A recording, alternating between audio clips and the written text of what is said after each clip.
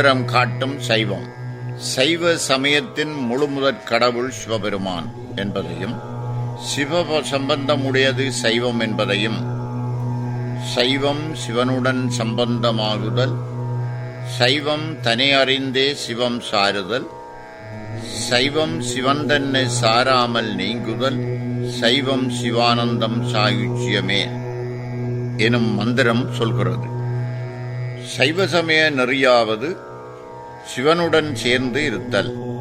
சிவம் என்பது சைவ நெறிமுறை அறிந்து சிவனோடு கூடியிருத்தல். சைவம் என்பது சிவப்பரம்பொருளோடு தாம் ஒன்றி கலந்து இருக்கிறோம் என்ற உணர்வுமற்று அந்த நினைப்பையும் விட்டு ஒளிந்து இருத்தல்.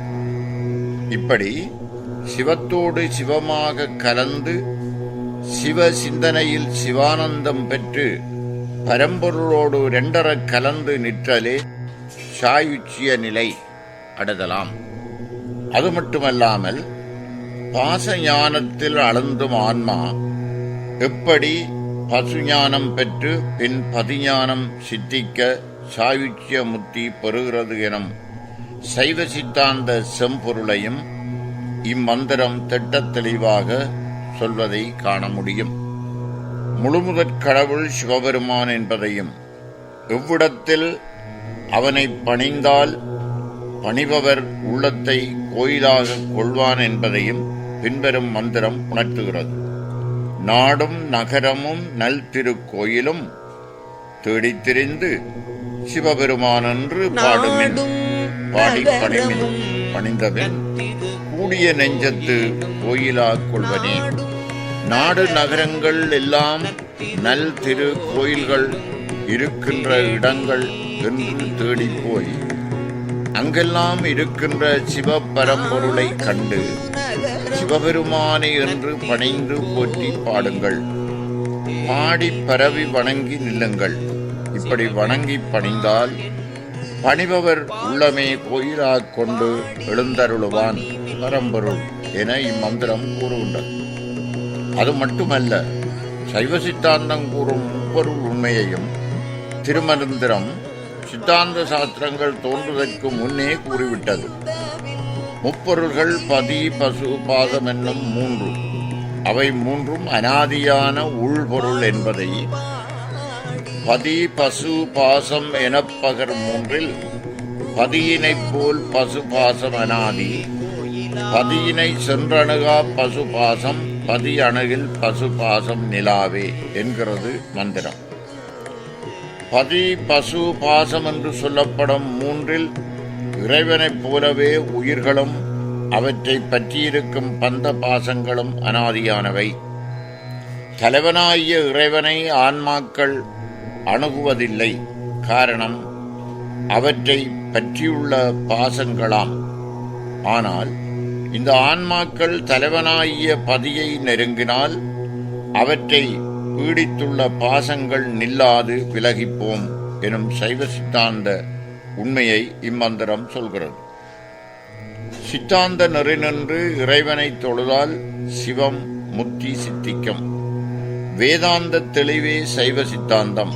இது காட்டும் பொருள் சிவமே என பின்வரும் மந்திரம் உணர்த்துகிறது. சித்தாந்தத்தே சிவன் முத்தி சித்தித்தலால் சித்தாந்தத்தே நிற்போர் முத்தி சித்தித்தவர். சித்தாந்தத்தே வேதாந்தம் செம்பொருள் ஆதலால் சித்தாந்த வேதாந்தம் காட்டும் சிவனையே. சித்தாந்த வழி நிற்கும் சீடர்களுக்கு திருவடி பேரின்பமாகிய முத்தி காட்டுதலால் சித்தாந்த நெறி நிற்போர் முத்தி இன்பம் பெற்றவராவர். சித்தாந்தம் வேதாந்தம் என்ற இந்த இரண்டும் உயர்ந்த பரம்பொருளாகிய சிவத்தை பற்றியதாதலால் சித்தாந்தம் வேதாந்தம் என்னும் இரண்டுமே சுட்டுவது சிவனின் காட்சியே எனும் இம்மந்திரம் கருத்து மிக உயர்வானதாகும். இக்கலியுகத்தில் சைவம் சிவநெறி என்றும் சைவ சித்தாந்தம் என்றும் சிவபெருமான் என்றும் சொல்லுவதற்கு கூச்சப்படுபவர்களையும் நமது சமயத்தின் பெயர் எது என தெரியாது தடுமாறுபவர்களையும் பரவலாக காண்கிறோம். இவர்கள் திருமூலரின் திருமந்திரத்தை படிப்பார்களே ஆனால் தம் அறியாமையை புரிந்து தெளிவு பெறுவர். சைவத்தை அறிய மிக தொன்மையான ஆழமான அகலமான நுண்ணிய கருத்துக்களஞ்சியமாயுள்ள திருமந்திரத்தை படித்து வாழ்வின் பயனை பெறுவோம்.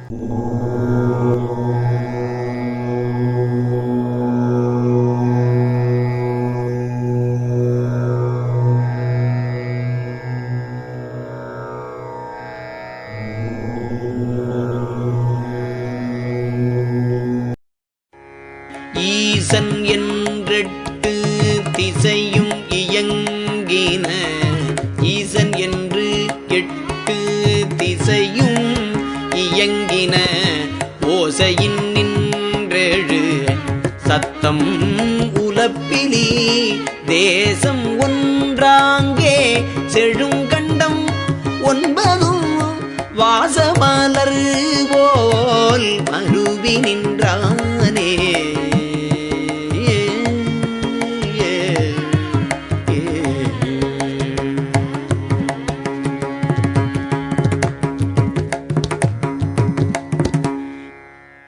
சிவன் நாதம் எனப்படும் சூக்குமை வாக்கினின்றும் தோன்றிய அனைத்து மொழிகளுமாகிய சொற்பிர பஞ்சத்திலும் நீங்காது நிறைந்து நிற்கின்றான். தேசம் என்று சொல்லப்படும் பூமி ஒன்றுதான், ஆயினும் அஃது 9 கண்டங்களாக பிரிந்து நிற்கின்றது. அப்பிரிவுகளாகிய பொருட்பிரபஞ்சத்திலும் அவன் மலரில் மணம் போல் மருவி நிற்கின்றான். அதனால் அனைத்துலகங்களும் சிவனாகிய முதலையே முதலாகக் கொண்டு இயங்குகின்றன. இல்லனும் அல்லன் உளன் அல்லன் எம் இறை, இல்லனும் அல்லன் உளன் அல்லன் எம் இறை, கல்லது நெஞ்சம் பிளந்திடும் காட்சியன், தொல்லையன் தூயன் துளக்கிலன் தூய்மணி, தொல்லையன் தூயன் துளக்கிலன் தூய்மணி, சொல்லரும் சோதி தொடர்ந்து நின்றானே.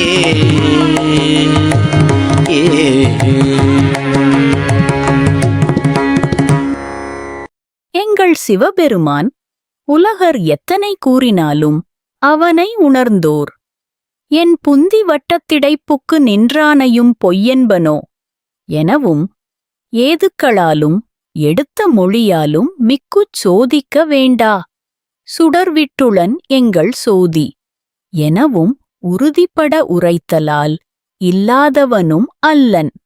அவர் எத்தனை சொல்லினும் உலகர் காணாதான் கண்டானாம் தான் கண்டவாறு என்றபடி தாம் கூறுவதையே கூறி சிவன் இல்லை எனப் பிணங்குதலின் உள்ளவனும் அல்லன்.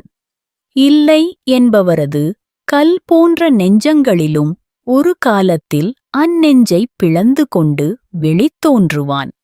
ஏனெனில் அவன் பழமையாகவே எங்கும் இருப்பவன், இயல்பிலே மாசற்றவன் ஆதலின் மாசிலாமணி போல ஒளிவிடுந் தன்மையன். தோன்றியபின் தோன்றிய இடத்தினின்றும் பெயர்தல் இல்லாதவன், சொல்லைக் கடந்த அறிவு வடிவினன். என்றாலும் அனைத்துயிர்களையும் தொடர்ந்து நிற்கின்றான்.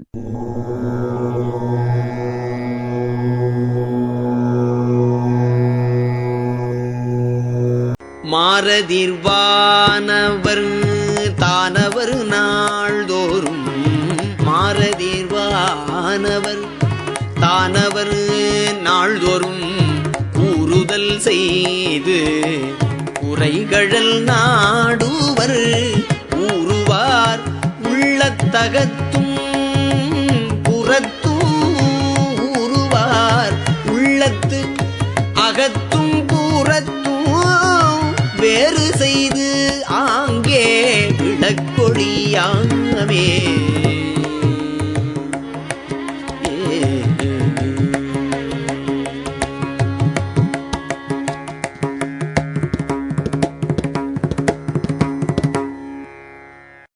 எப்பொழுதும் பகையாய் ஒருவரை ஒருவர் எதிர்ப்பவராகிய தேவரும் அசுரரும் தாம் தாம் தனித்தனியே வந்து நாள்தோறும் சிவபெருமானைத் துதித்து அவன் திருவடியை நினைப்பர். துதிப்பவர்க்கு அருளும் முறையில் அவர் வேண்டியவற்றை அவர்க்கு அவன் அளித்து நிற்பான். அவற்றால் விளையும் விளைவுகட்கு அவன் பொறுப்பாதல் இல்லை. மனிதருள்ளும் இத்தகையோர் உளர். அவர்களிடத்தும் சிவபெருமான் அத்தகையோனாகியே நிற்பன். ஆயினும் உள்ளத்தில் அன்பு மிகத் துதிக்கின்றவர்களுக்கு அவன் அகமாகிய உயிரைப் பற்றியும் புறமாகிய பொருள் சுற்றம் பற்றியும் அவர் வேண்டுவனவற்றை வேண்டியவாறே தாராது ஆவனவற்றைத் தந்து ஆகாதனவற்றை விலக்கி அவர்களது அறிவையும் திருத்துவான். விண்ணினுள் வந்த வெளியினன்மேனியன் விண்ணினுள் வந்த வெளியினன்மேனியன் கண்ணினுள் வந்த புலனல்லன் காட்சியன் கண்ணினுள் வந்த புலனல்லன் காட்சியன் பண்ணினுள் வந்த பயனல்லன் பான்மையன்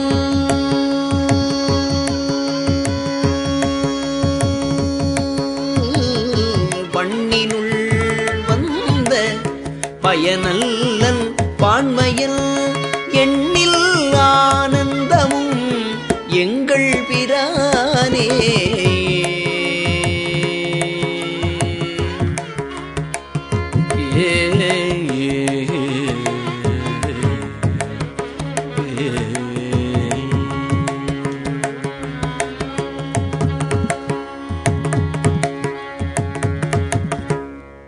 எங்கள் சிவபெருமான் ஆகாயத்திற்கு உள்ள அருவத்தன்மையன் ஆயினும் உருவம் உடையவனே.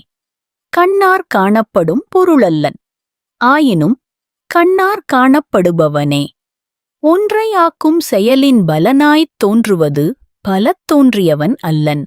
ஆயினும் அத்தன்மை உடையவனே. ஆகவே அவன் எல்லையுட்படாத இன்பமும் ஆவான்.